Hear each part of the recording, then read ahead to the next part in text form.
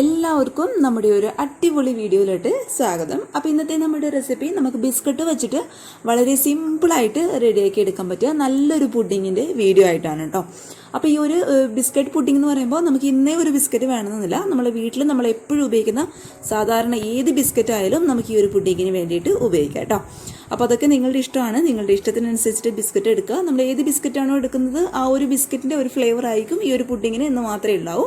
അപ്പോൾ തീർച്ചയായിട്ടും കണ്ടു നോക്കിയിട്ട് ട്രൈ ചെയ്ത് നോക്കുക. അതുപോലെ ചാനലിലെ വീഡിയോസൊക്കെ ആദ്യമായിട്ട് ആരെങ്കിലും കാണുകയാണെന്നുണ്ടെങ്കിൽ മടിച്ച് നിൽക്കാതെ പ്ലീസ് വേഗം സബ്സ്ക്രൈബ് ചെയ്ത് തൊട്ടടുത്തുള്ള കുഞ്ഞു ബെല്ലൈക്കൻ കൂടി എനേബിൾ ചെയ്ത് ഓൾ എന്നുള്ള ഓപ്ഷൻ തന്നെ ക്ലിക്ക് ചെയ്യണേ. എങ്കിലും ഞാനിടുന്ന വീഡിയോസിൻ്റെ നോട്ടിഫിക്കേഷൻ നിങ്ങൾക്ക് പെട്ടെന്ന് ഫോണിലോ അല്ലാന്നുണ്ടെങ്കിൽ ലാപ്ടോപ്പിലേ വരുള്ളൂ.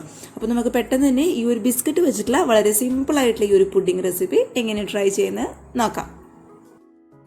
അപ്പോൾ ഈ ഒരു പുഡിങ് റെഡിയാക്കാൻ വേണ്ടിയിട്ട് ഇതുപോലുള്ളൊരു കുഞ്ഞു പാക്കറ്റിൽ നമ്മുടെ ക്രാക്ക് ജാക്കിൻ്റെ ബിസ്ക്കറ്റ് ഉണ്ടല്ലോ, ആ ഒരു ബിസ്ക്കറ്റാണ് കേട്ടോ നമ്മളിവിടെ പുഡിങ് റെഡിയാക്കി എടുക്കാൻ വേണ്ടിയിട്ട് എടുക്കുന്നത്. അപ്പോൾ ഈ ഒരു ബിസ്ക്കറ്റിന് വേണമെന്നില്ല, നിങ്ങളുടെ കയ്യിൽ ഏതാണോ ബിസ്ക്കറ്റ് ഉള്ളത് ആ ഒരു ബിസ്ക്കറ്റ് എടുക്കാം കേട്ടോ. അതൊക്കെ നിങ്ങളുടെ ഇഷ്ടമാണ്. നിങ്ങൾക്ക് വേണമെന്നുണ്ടെങ്കിൽ ഇതുപോലുള്ള സിമ്പിളായിട്ടുള്ള ബിസ്ക്കറ്റ് എടുക്കാം. ഇനി അതും അല്ലാന്നുണ്ടെങ്കിൽ നമ്മുടെ ക്രീം ബിസ്ക്കറ്റ് ഉണ്ടല്ലോ അതാണെങ്കിൽ അതും എടുക്കാം കേട്ടോ. അതൊക്കെ നിങ്ങളുടെ ഇഷ്ടമാണ്. അപ്പോൾ ഇതുപോലുള്ളൊരു കുഞ്ഞു പാക്കറ്റിൽ ഏകദേശം ഒരു 15 ബിസ്ക്കറ്റോളം ഉണ്ട് കേട്ടോ. അപ്പോൾ നമുക്ക് 15 ബിസ്ക്കറ്റോളം വരുന്നത് ഈ ഒരു പാക്കറ്റ്. നമുക്ക് ഈ ഒരു പാക്കറ്റ് പൊട്ടിച്ചിട്ട് ഇതുപോലുള്ളൊരു പാത്രത്തിലോട്ട് മുഴുവനായിട്ട് അങ്ങ് മാറ്റി കൊടുക്കാം. അപ്പോൾ ഈ ഒരു 15 ബിസ്ക്കറ്റ് കൂടാതെ എക്സ്ട്രാ ഒരു 3 ബിസ്ക്കറ്റും കൂടി നമുക്ക് ഇതിലോട്ട് അങ്ങോട്ട് ഇട്ട് കൊടുക്കാം.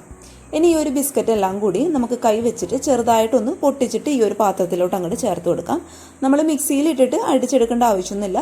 ഇതുപോലെ കൈ വെച്ചിട്ട് പതുക്കി ഒന്ന് പൊട്ടിച്ചിട്ട് കൊടുത്താൽ മാത്രം മതി.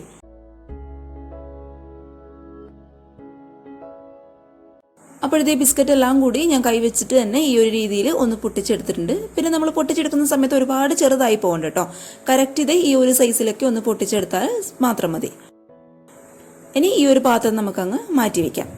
ഇനി മറ്റൊരു പാനിൽ ഒരു 4 ടീസ്പൂണോളം വരുന്ന പഞ്ചസാര ഞാൻ ചേർത്ത് കൊടുക്കുകയാണ്.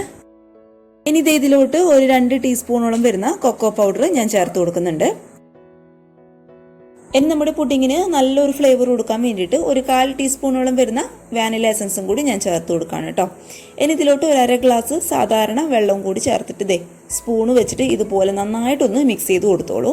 കാരണം നമ്മൾ വെള്ളം ഒഴിക്കുന്ന സമയത്ത് ആ ഒരു കൊക്കോ പൗഡറൊക്കെ ഒന്ന് കെട്ടാനുള്ള ചാൻസ് ഉണ്ട് കേട്ടോ. അപ്പോൾ അത് ഒഴിവാക്കാൻ വേണ്ടിയിട്ട് സ്പൂണ് വെച്ചിട്ട് ഇതുപോലെ നന്നായിട്ടൊന്ന് മിക്സ് ചെയ്ത് കൊടുക്കുക. ഇനി ഈ ഒരു പാന് സ്റ്റൗവിൽ വെച്ചിട്ട് നമുക്ക് നന്നായിട്ടൊന്ന് ചൂടാക്കി എടുക്കണം. അപ്പോൾ ചൂടാക്കി എടുക്കുന്ന സമയത്ത് ഒരുപാട് ഹൈ ഫ്ലെയിമിലിടണ്ട, ഒരു ലോ ടു മീഡിയം ഫ്ലെയിമിൽ വെച്ചിട്ട് ഇതൊന്ന് കുറുക്കിയെടുക്കണം കേട്ടോ.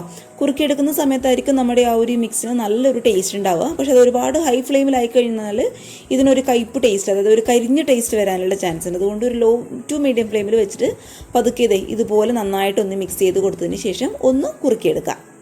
അപ്പോൾ നമ്മുടെ ഈ ഒരു മിക്സ് അത്യാവശ്യം ഒന്ന് കുറുകി കറക്റ്റ് ഈ ഒരു പരുവത്തുന്ന സമയത്ത് നമുക്കിതിലോട്ട് ഒരു 1/2 ടീസ്പൂണോളം വരുന്ന ബട്ടർ ചേർത്ത് കൊടുക്കാം കേട്ടോ. ബട്ടർ ചേർക്കുന്ന സമയത്തായിരിക്കും നമ്മുടെ ഈ ഒരു മിക്സിന് നല്ലൊരു ടേസ്റ്റും നല്ലൊരു ഫ്ലേവറും ഉണ്ടാവുക. അപ്പോൾ ബട്ടർ ചേർത്ത് കൊടുത്തതിന് ശേഷം നന്നായിട്ട് ഇതുപോലെ ഒന്ന് സ്പൂൺ വെച്ച് മിക്സ് ചെയ്ത് കൊടുത്തതിന് ശേഷം നമുക്ക് സ്റ്റവ് അങ്ങോട്ട് ഓഫ് ചെയ്ത് കൊടുക്കാം. അപ്പോൾ സ്റ്റവ് ഓഫ് ചെയ്തെന്ന് കഴിഞ്ഞ് തന്നാലും ഒരു 1-2 സെക്കൻഡ് സ്പൂൺ വെച്ചിട്ട് നന്നായിട്ടൊന്ന് മിക്സ് ചെയ്ത് കൊടുത്തോളൂ. കാരണം ആ ഒരു പാനിൻ്റെ ചൂട് കാരണം ഇത് പെട്ടെന്ന് അങ്ങോട്ട് കട്ട പിടിച്ച് പോകാനുള്ള ചാൻസ് ഉണ്ട് കേട്ടോ. അപ്പോൾ അത് ഒഴിവാക്കാൻ വേണ്ടിയിട്ട് ഒരു 1-2 സെക്കൻഡ് മാത്രം ഇതുപോലെ പതുക്കെ അങ്ങോട്ട് മിക്സ് ചെയ്ത് കൊടുക്കാം. ഇനി ഈ ഒരു മിക്സ് ചൂടോട് കൂടി തന്നെ നമ്മൾ നേരത്തെ റെഡിയാക്കി വെച്ച് ഈ ഒരു ബിസ്ക്കറ്റിലോട്ട് മുഴുവനായിട്ട് അങ്ങോട്ട് ഒഴിച്ചു കൊടുക്കാം കേട്ടോ. ഇതുപോലുള്ള ഒരു സ്പൂൺ വെച്ചിട്ട് ഇത് പതുക്കെ ഒന്ന് മിക്സ് ചെയ്ത് കൊടുക്കാം.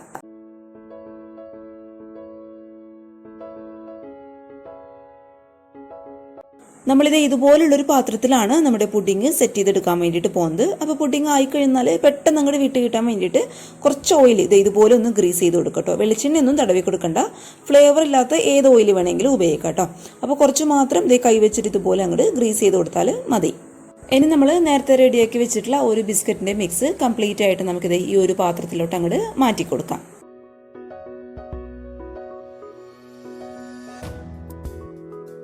ഇനി ഇതുപോലുള്ള ഒരു സ്പാച്ചിലോ അല്ലാന്നുണ്ടെങ്കിൽ നിങ്ങളുടെ കയ്യിൽ സാധാരണ ഒരു സ്പൂണോ വെച്ചിട്ട് ഈ ഒരു ബിസ്ക്കറ്റ് എല്ലാ ഭാഗത്തും ഒരുപോലെ എത്തുന്ന രീതിയിൽ ഈ ഒരു പാത്രത്തിൻ്റെ എല്ലാ ഭാഗത്തും നന്നായിട്ടൊന്ന് ലെവൽ ചെയ്ത് കൊടുക്കുക. അപ്പോൾ ലെവൽ ചെയ്ത് കൊടുക്കുന്ന സമയത്ത് നമ്മൾ ജസ്റ്റ് ഇതുപോലെ ഒന്ന് പ്രസ് ചെയ്ത് ലെവൽ ചെയ്ത് കൊടുക്കുകയെന്നുണ്ടെങ്കിൽ കറക്റ്റ് എല്ലാ ഭാഗത്തും ഒരുപോലെ നന്നായിട്ട് അങ്ങോട്ട് ലെവലായിട്ട് നിന്നോളും കേട്ടോ. അപ്പോൾ ഇതുപോലെ നന്നായിട്ടൊന്ന് പ്രസ് ചെയ്തിട്ട് തന്നെ ലെവൽ ചെയ്ത് കൊടുത്തോളും. ഇനി ഈ ഒരു പാത്രം നമുക്കങ്ങോട്ട് മാറ്റി വയ്ക്കാം. ഇനി ഇത് അതേ സെയിം പാനിൽ തന്നെ ഒരു 3 ടീസ്പൂണോളം വരുന്ന കൊക്കോ പൗഡർ ഞാൻ ചേർത്ത് കൊടുക്കുന്നുണ്ട്. അതുപോലെ ഒരു 5 ടീസ്പൂണോളം വരുന്ന കോൺഫ്ലോറും കൂടി നമുക്ക് ചേർത്ത് കൊടുക്കാം.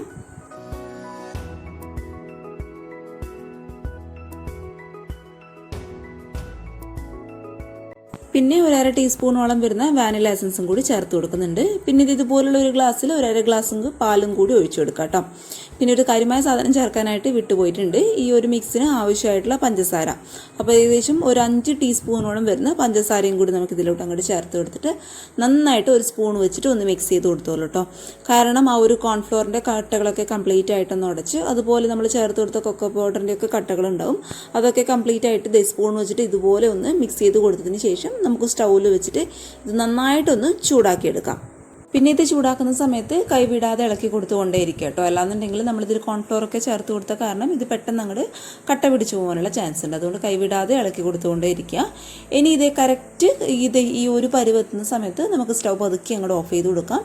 ഇനി സ്റ്റൗ ഓഫ് ചെയ്തെന്ന് കഴിഞ്ഞാൽ ഇതൊരു 1-2 സെക്കൻഡ് നന്നായിട്ടൊന്ന് മിക്സ് ചെയ്ത് കൊടുത്തോളൂ കേട്ടോ. കാരണം ആ ഒരു പാനിൻ്റെ ചൂട് കാരണം വീണ്ടും ഇത് കട്ട പിടിച്ചു പോകാനുള്ള ചാൻസ് ഉണ്ട്. ഇനി ഇത് നമ്മളിത് നേരത്തെ റെഡിയാക്കി വെച്ചിട്ടുള്ള നമ്മുടെ പുഡിങ്ങിൻ്റെ ഈ ഒരു പാത്രം ഉണ്ടല്ലോ, അതിൽ ചൂടോട് കൂടി തന്നെ ഒഴിച്ചു കൊടുക്കാം. എങ്കിൽ നമ്മൾ പെട്ടെന്ന് ഈ ഒരു പുഡിങ് ഒന്ന് സെറ്റായി കിട്ടുള്ളൂ.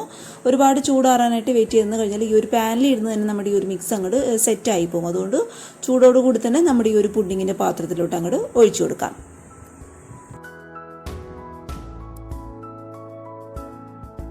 ഇനി ഇത് നന്നായിട്ടൊന്ന് അടച്ച് വെച്ച് ഫ്രിഡ്ജിൻ്റെ നോർമൽ റാക്കിൽ വെച്ചിട്ട് മിനിമം ഒരു 4-5 മണിക്കൂറെങ്കിലും ഈ ഒരു പുഡിങ് സെറ്റ് ചെയ്യാൻ വേണ്ടിയിട്ട് അങ്ങ് മാറ്റി വയ്ക്കാം. അപ്പോൾ ആ ഒരു കറക്റ്റ് സമയം കൊണ്ട് നമ്മുടെ പുഡിങ്ങൊക്കെ നന്നായിട്ട് ഇതുപോലെ അങ്ങോട്ട് സെറ്റായിട്ട് കിട്ടിയിട്ടുണ്ട്. നമ്മൾ സെറ്റ് ചെയ്ത് കൊടുക്കുന്നതിന് മുന്നേ കറക്റ്റായിട്ടൊന്ന് ലെവൽ ചെയ്ത് കൊടുക്കുകയാണെന്നുണ്ടെങ്കിൽ നല്ല ഷേപ്പിൽ കിട്ടും കേട്ടോ. ഇതിപ്പോൾ ഞാനിപ്പോൾ ഈ ധൃതി കൂട്ടിയത് കൊണ്ട് കറക്റ്റ് ആ ഒരു ഷേപ്പിൽ കിട്ടാൻ വേണ്ടിയിട്ട് പറ്റിയില്ല. അപ്പോൾ നിങ്ങൾക്ക് പുഡിങ് ആ ഒരു ട്രേ ഇങ്ങനെ ഓപ്പൺ ചെയ്യാൻ പറ്റുന്ന ട്രേ ഒക്കെ ആണെന്നുണ്ടെങ്കിൽ നമുക്ക് ജസ്റ്റ് ഓപ്പൺ ചെയ്തിട്ട് പുറത്ത് വെച്ചിട്ട് കട്ട് ചെയ്തെടുക്കാം കേട്ടോ. ഇതിപ്പോൾ എൻ്റെ ഒരു ബോക്സ് ടൈപ്പ് ആയതുകൊണ്ട് ഇതിൽ വെച്ചിട്ട് തന്നെ കട്ട് ചെയ്തെടുക്കുകയാണ്. അപ്പോൾ ഇതുപോലുള്ളൊരു കത്തി വെച്ചിട്ട് പതുക്കിയത് ഇതുപോലെ അങ്ങോട്ട് കട്ട് ചെയ്തിട്ടെടുക്കാം.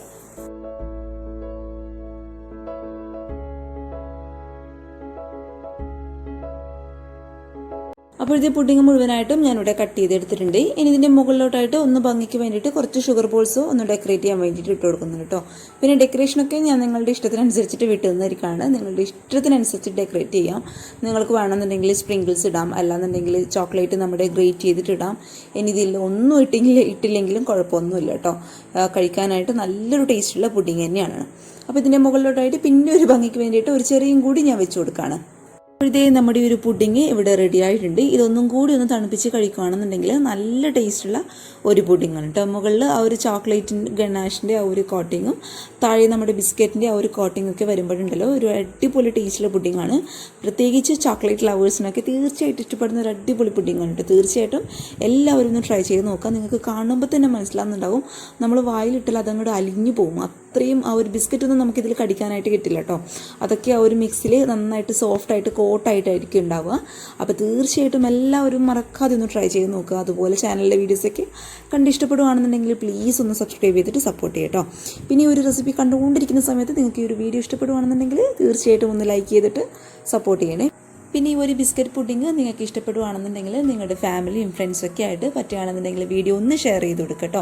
കൂടാതെ നിങ്ങൾ ട്രൈ ചെയ്തിട്ടുള്ള ഫോട്ടോസ് എൻ്റെ ഇമെയിൽ ഐ ഡിയിലോ ഫേസ്ബുക്ക് പേജിലോ അല്ലാന്നുണ്ടെങ്കിൽ ഇൻസ്റ്റാഗ്രാമിലോ ഒന്ന് അയച്ചു തരാം. എല്ലാത്തിൻ്റെയും ഐ.ഡി താഴെ ഡിസ്ക്രിപ്ഷൻ ബോക്സിൽ ഞാൻ കൊടുക്കാം കേട്ടോ. പിന്നെ പറ്റുകയാണെന്നുണ്ടെങ്കിൽ എൻ്റെ ഫേസ്ബുക്ക് പേജും ഇൻസ്റ്റാഗ്രാമും ഒന്ന് ഫോളോ ചെയ്തേക്കാം. അപ്പോൾ നാളെ ഒരു നല്ല വീഡിയോ ആയിട്ട് കാണുമ്പോൾ thank you for watching Simnas food world. By.